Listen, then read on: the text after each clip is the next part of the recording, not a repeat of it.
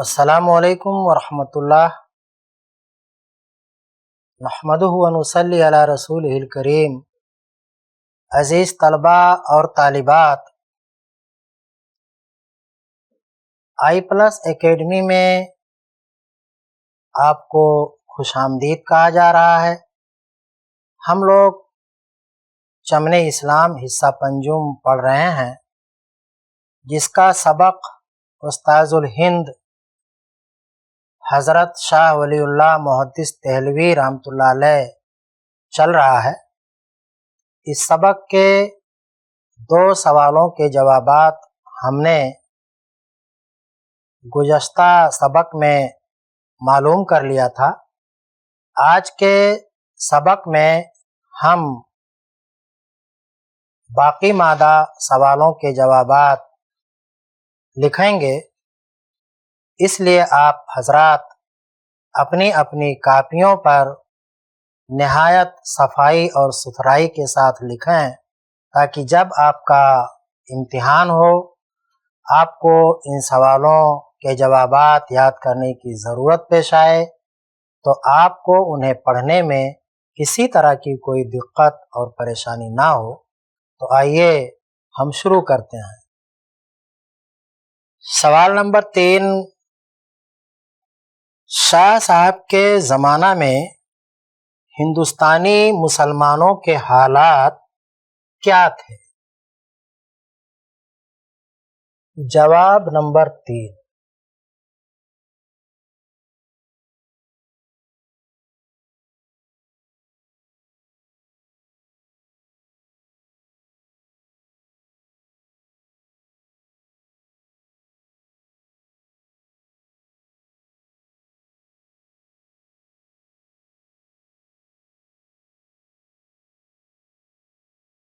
شاہ صاحب کے زمانہ میں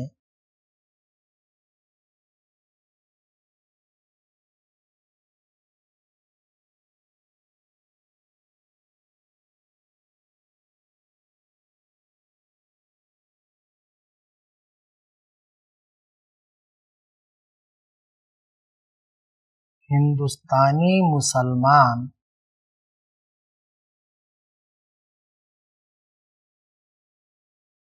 طرح طرح کے رسوم و رواج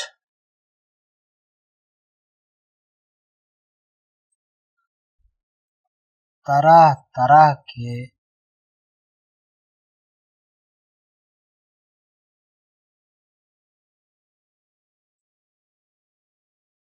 رسوم و رواج اور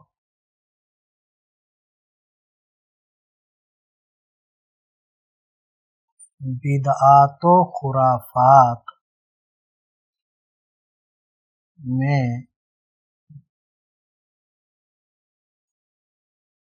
مبتلا تھے۔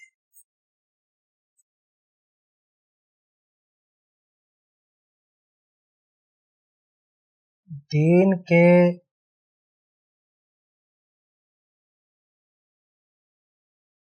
صحیح اور سچے علوم کا ذوق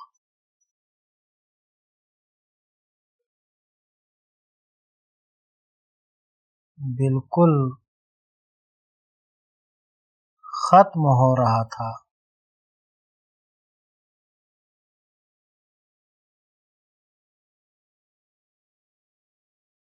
قدم قدم پر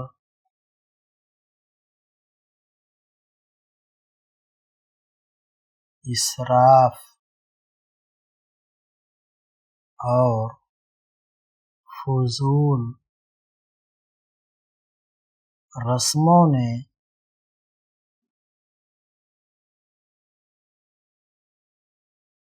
مسلمانوں کی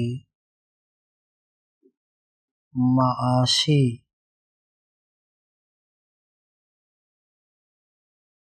حالت کو بالکل خراب کر کے رکھ دیا تھا۔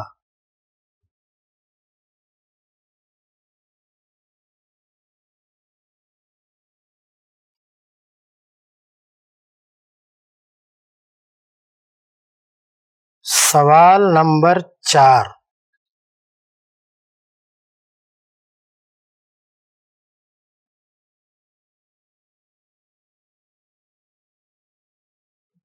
آپ نے سب سے پہلے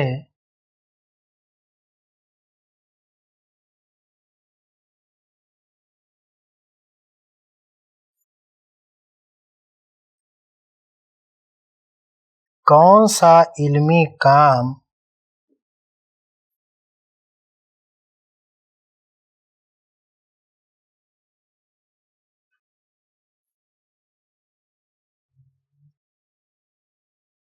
انجام دیا؟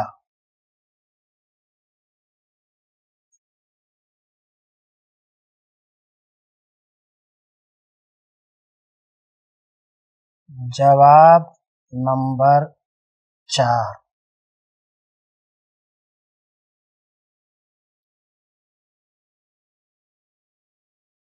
حضرت شاہ ولی اللہ رحمۃ اللہ علیہ نے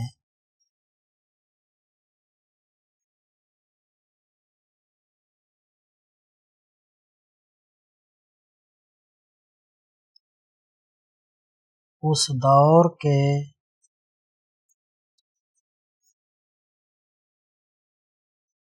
مسلمانوں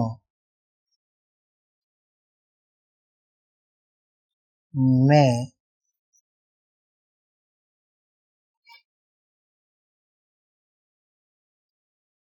قرآن و حدیث کی روشنی پھیلائی،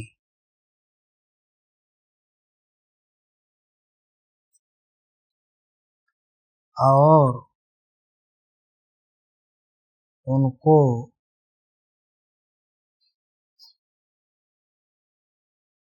دین اسلام کی حقیقت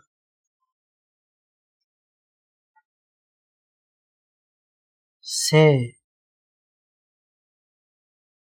آگاہ کیا۔ اس سلسلے میں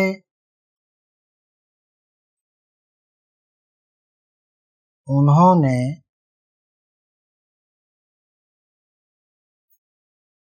ایک 100 سے زیادہ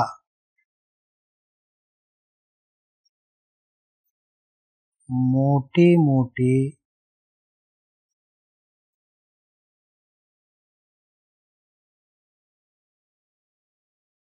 علمی کتابیں لکھیں، لیکن انہوں نے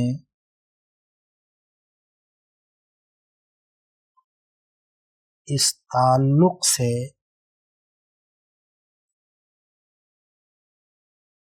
جو سب سے پہلے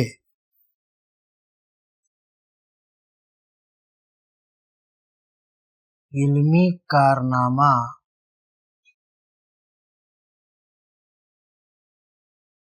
انجام دیا،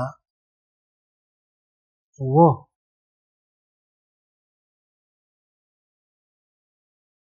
آپ کا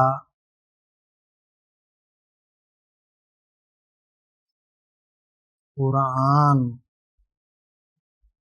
مجید کا فارسی زبان میں ترجمہ ہے۔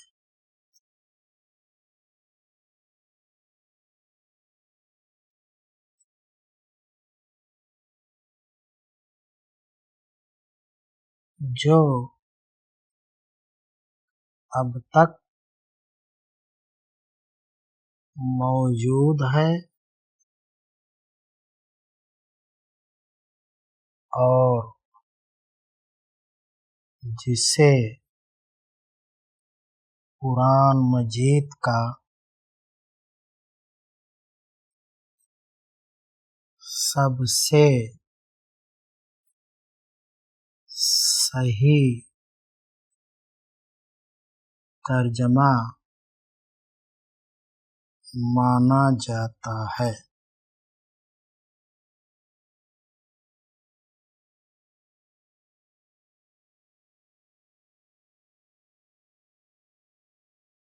سوال نمبر 5،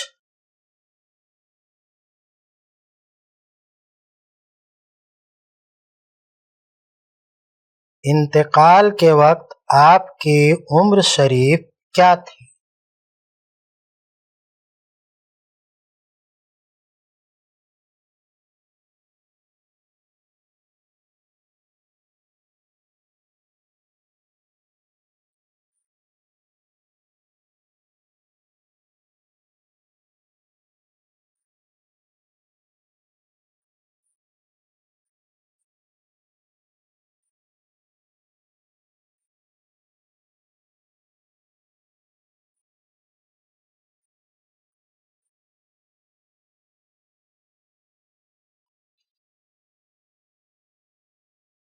جواب نمبر 5،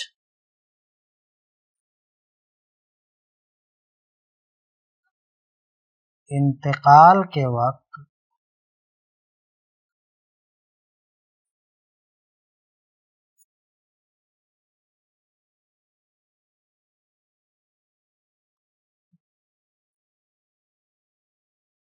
آپ کی عمر شریف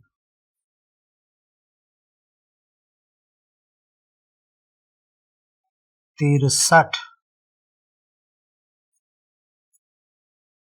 برس کی تھی۔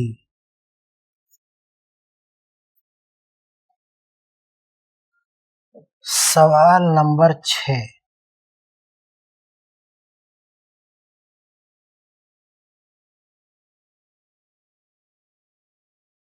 آپ کے بیٹوں کے نام بتاؤ۔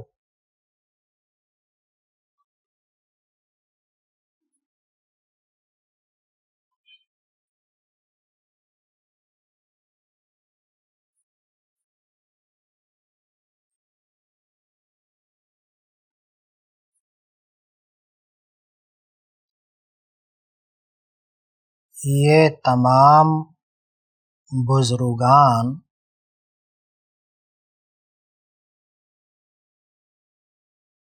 کہاں مدفون ہیں؟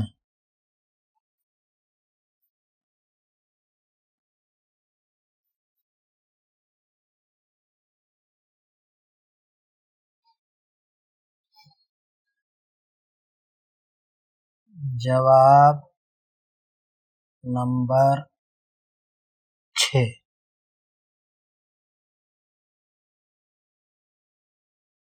حضرت شاہ ولی اللہ رحمۃ اللہ علیہ کے 4 بیٹے تھے جو سب کے سب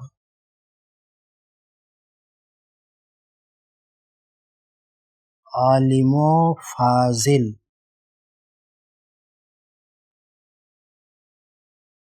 تھے۔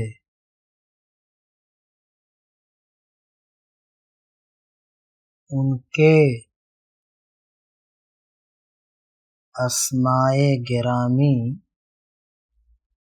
یہ ہیں: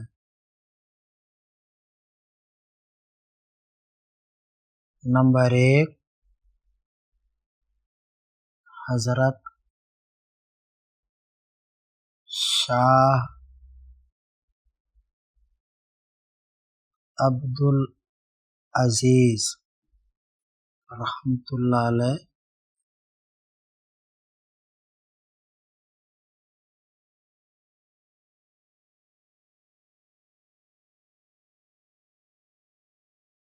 نمبر 2 حضرت شاہ عبدالقادر رحمۃ اللہ علیہ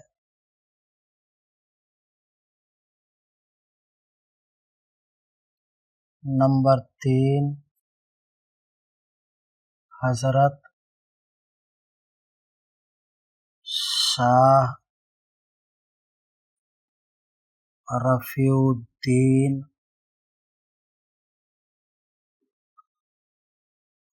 رحمۃ اللہ علیہ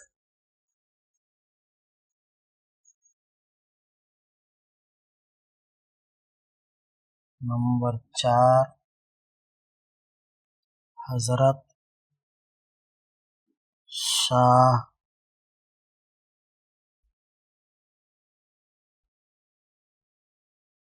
عبدالغنی رحمۃ اللہ علیہ۔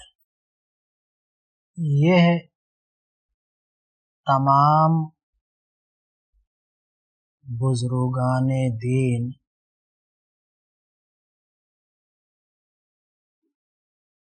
دہلی کے مہدیوں نامی قبرستان میں مدفون ہیں۔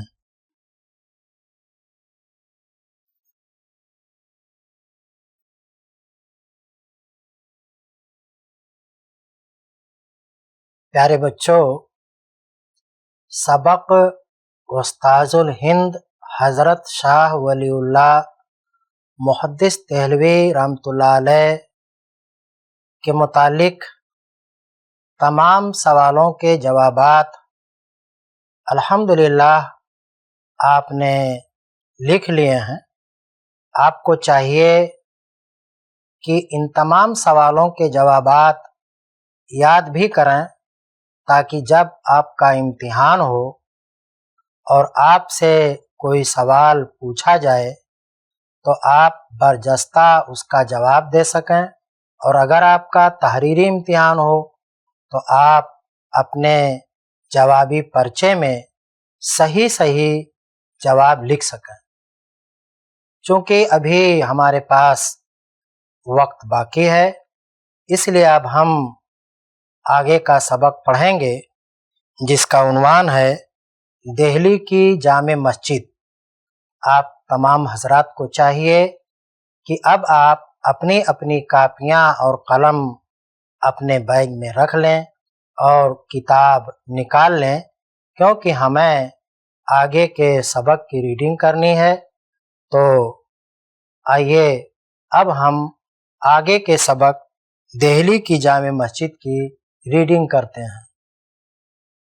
دہلی کی جامع مسجد یا جامع مسجد۔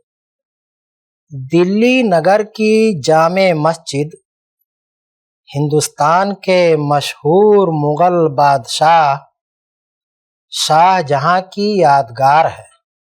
دنیا میں یہ عمارت اس قدر مشہور ہے کہ دور دور کے ملکوں سے لوگ اسے دیکھنے کے لیے آتے ہیں اور پرانے لوگوں کی کاریگری دیکھ کر دنگ رہ جاتے ہیں۔ جہاں تعمیر ہوئی ہے یہاں پہلے ایک پہاڑی تھی جسے بھوجلا پہاڑی کے نام سے موسوم کیا جاتا تھا۔ بادشاہ نے اسی جگہ کو مسجد کے لیے پسند کیا۔ سعد اللہ خان وزیر اور افضل خان خان سامہ کے زیر اہتمام پورے 6 سال میں اس کی عمارت مکمل ہوئی۔ روزانہ 6000 بیلدار مزدور سنگ تراش کام کیا کرتے تھے۔ لاکھوں روپیہ اس کی تعمیر پر خرچ ہوا۔ معماروں نے مسجد کا اصل دالان، اس کے پھاٹک، خاص دالان کے اوپر 3 بڑے بڑے نارنگی شکل کے گنبد، الغرض پوری عمارت کے مختلف حصوں کا جوڑ اس کمال کے ساتھ ملایا ہے کہ ساری مسجد ایک خوبصورت کھلونا سا معلوم ہوتی ہے۔ مسجد کی خوبصورتی اس وجہ سے اور زیادہ بڑھ گئی ہے کہ اس کی کرسی بہت اونچی ہے۔ اندر مسجد کا صحن بہت وسیع ہے۔ بیچوں بیچ میں وضو کرنے کے لیے بڑا حوض بنا ہوا ہے۔ سامنے تو مسجد کا اصل دوہرا دالان ہے اور باقی 3 طرف یکہرے دالان ہیں جن کے در 2 طرفہ کھلے ہوئے ہیں۔ ان دالانوں کے بیچ میں تینوں طرف 3 بڑے بڑے پھاٹک ہیں جن کی عمارت بھی بہت خوبصورت ہے۔ اتر دکھن کے پھاٹک تو ہمیشہ کھلے رہتے ہیں، لیکن پورب کی طرف کا پھاٹک جس کا رخ لال قلعہ کی طرف ہے عام طور پر بند رہتا ہے۔ اسی پھاٹک سے بادشاہ داخل ہوا کرتے تھے۔ مسجد کے اصل دالان کی چھت بہت اونچی ہے اور محرابیں خوب بڑی ہیں۔ اندر کا فرش سفید پتھر کا ہے اور کالے پتھر سے مصلی کے نقش بنائے گئے ہیں جو بہت ہی خوشنما ہیں۔ گنبدوں میں ایک پٹی لال پتھر کی ہے اور ایک کالے پتھر کی ہے اور سنہرے کلش ہیں جن سے خوشنمائی میں اور بھی اضافہ ہو گیا ہے۔ دالان کے دونوں طرف 2 بڑے اونچے مینار ہیں، یہ بھی لال پتھر کے ہیں اور ان میں سفید پتھر کی کھڑی کھڑی پٹیاں پڑی ہیں۔ لوگ ان پر چڑھ کر ساری دلی کا نظارہ کرتے ہیں۔ دالان کی محرابوں پر سفید پتھر پر سیاہ پتھر کے حرفوں میں کچھ اچھی عبارتیں اور قرآن مجید کی آیات بڑے ہی بہترین رسم الخط میں لکھی ہوئی ہیں۔ جامع مسجد نہ صرف دلی نگر بلکہ پورے بھارت کے لیے ایک قابل فخر عمارت ہے۔ عزیز طلباء اور طالبات، سبق جامع مسجد کی قرأت الحمدللہ مکمل ہوئی۔ اب میں اس سبق سے متعلق ان مشکل لفظوں کے معانی آپ کو پڑھ کر کے بتا رہا ہوں جنہیں فاضل مرتب نے یہاں تحریر کیے ہیں، اور اگر وقت رہے گا تو اس سبق کے اندر دیگر مشکل لفظوں کے معانی آپ کو بورڈ پر بھی لکھائے جائیں گے۔ تو آئیے میں سب سے پہلے